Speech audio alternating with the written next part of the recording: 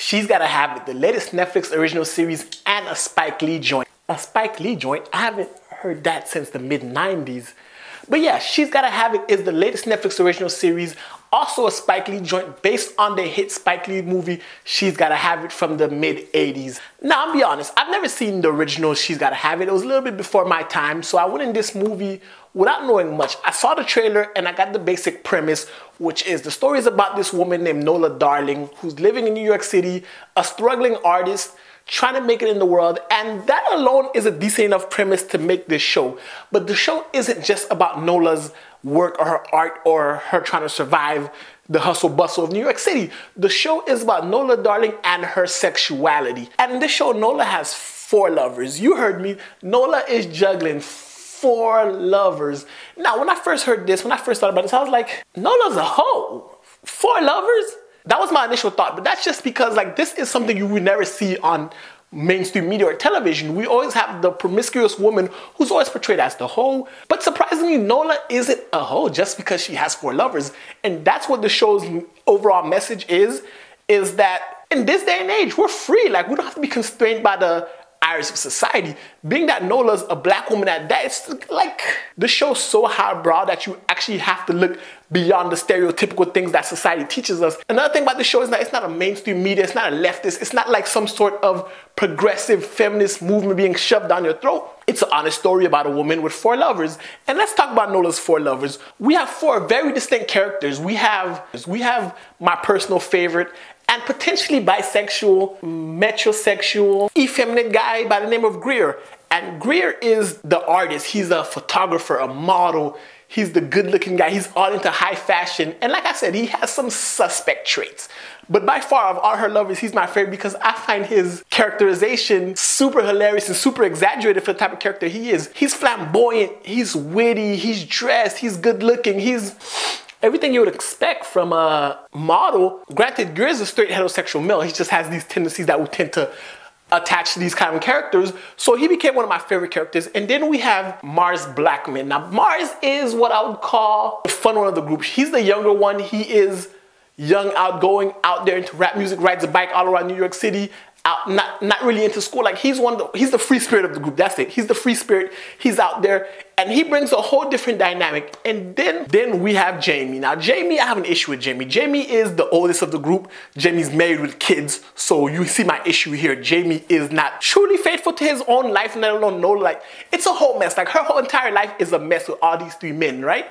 And if that wasn't enough, the 4th lover is actually not a man at all. Yes, Nola's 4th lover is a woman, Opal. Opal with a daughter. Opal has her shit together. Opal knows what she wants.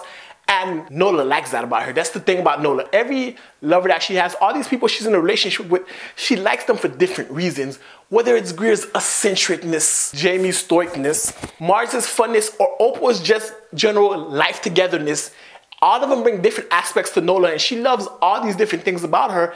And not only is she busy juggling her life, her school, her work, she's juggling these 4 personalities. Like, it gets a lot. And this show does a lot to paint women in a positive light. Like, it's not like back in 1950s, 1960s where you're married, you're straightforward, this is what it is. Like, Nola's a free spirit. All these guys are, I don't want to spoil it for you guys, but there's a scene in this movie where she invites them all to dinner for Thanksgiving. Woo!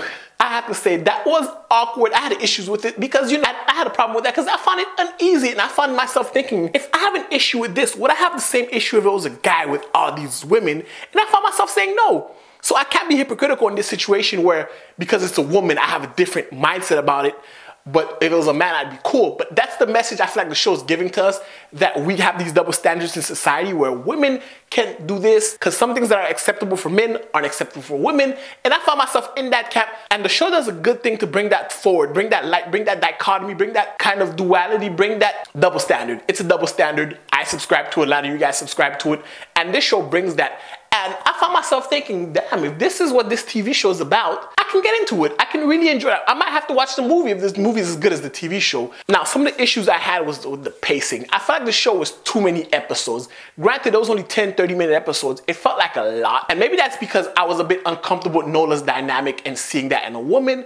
Maybe it's because the show tried to get super political or pseudo-political at some points. And granted, I know what the political climate we live in. I know who our president is. I don't need a show shoving that in my face. I get it. Like, I understand the message. I don't need to see all that.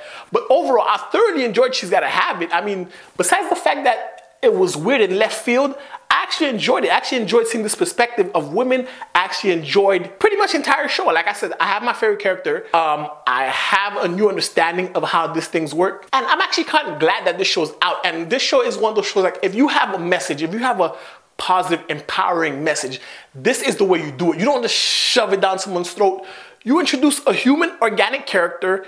You put her in situations in her life, and it all just felt natural. Like, that's the thing with the show. Like, nothing felt weird, awkward, or out of place. It just felt like this is how Nola lives her life. She lives in the fast lane. She lives at 60 miles an hour. She lives with 4 lovers. Like, this is what she does, and she mixes it all up, and that's her life, and that's pretty interesting. I really like the show. I highly recommend it. If you've seen it, let me know in the comment section below who's your favorite character, who do you like, who do you dislike. It's gotta be Greer. And if you like the video, definitely give me a thumbs up. Hit the subscribe button if you guys haven't already, and until next time, binge on.